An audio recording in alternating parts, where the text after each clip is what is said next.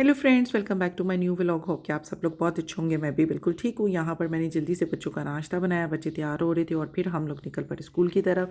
रास्ते में हम लोग का स्टोर रुकना तो जैसे मस्ट ही होता है, तो यहाँ पर बच्चे जो है छोटी चीज़ लेने के लिए गए हुए थे और अहमद मेरे पास बैठा हुआ था और मैं अहमद से पूछ रही थी कि आपका कोई प्रोजेक्ट या असाइनमेंट रह गया है तो मुझे बता दो, क्योंकि उसके मार्क्स फिर एंड पे जो है ना साथ में कैलकुलेट होते हैं, फिर रिजल्ट टोटल बनता है। तो यहाँ पे अहमद कह रहा था कि नहीं, कोई भी नहीं रह गया। तो यहाँ पर असलान और हसन सुबह सुबह कैंडीज़ और बंडीज़ खा रहे थे और यहाँ पर हम लोग स्कूल के रास्ते तक ऑलमोस्ट पहुँच चुके थे। और मैं इन लोगों को कह रही थी कि आप लोग स्टोर में इतनी हमेशा देर क्यों लगाती हो। तो असलान कह रहा था मामा हम कब देर लगाते हैं, हम लोग तो जल्दी जल्दी ले आते हैं। मैंने कहा असलान ऐसे तो बिल्कुल भी ना कहो कि आप जल्दी जल्दी ले आते हो, आप बहुत देर लगाते हो।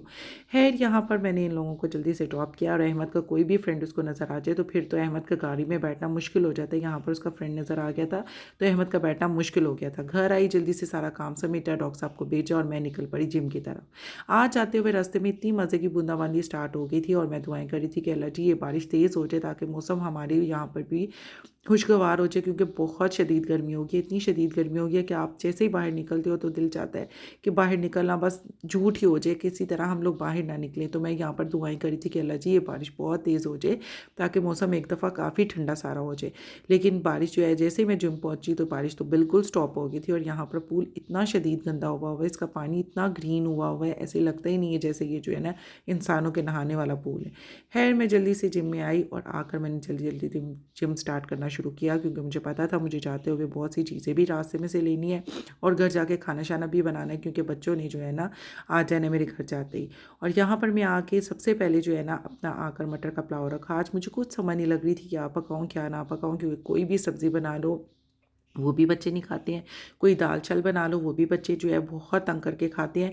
तो यहाँ पर मुझे कुछ समझ नहीं लगी, मैंने मटर का पुलाव बना लिया। इसमें से भी बच्चों ने जो है ना, अहमद ने कहना है मैंने बिल्कुल नहीं खाना क्योंकि अहमद से वाइट राइस खाता है।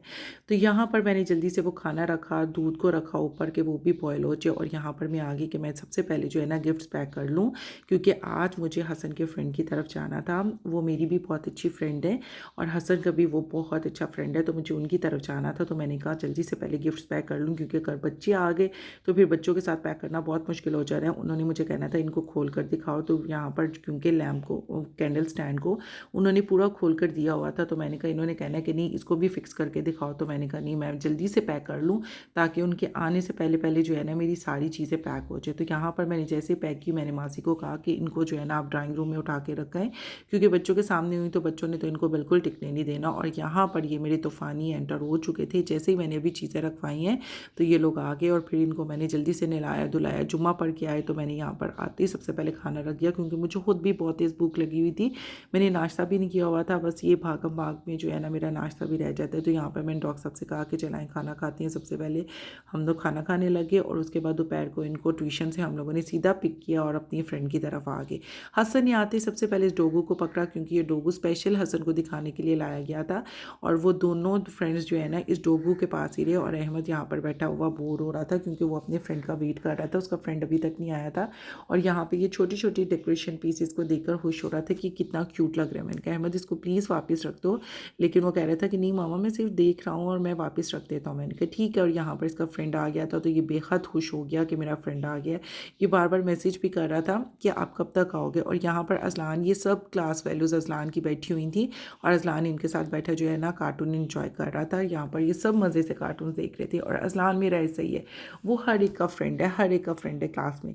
तो यहाँ पर छोटे बच्चे जो है वो बाहर घूम फिर रहे थे और हसन और उसका फ्रेंड वो दोनों तो डॉगू के पास से हिलने को तैयार ही नहीं थे। वो तो किसी को भी डॉग नहीं दे रहे थे।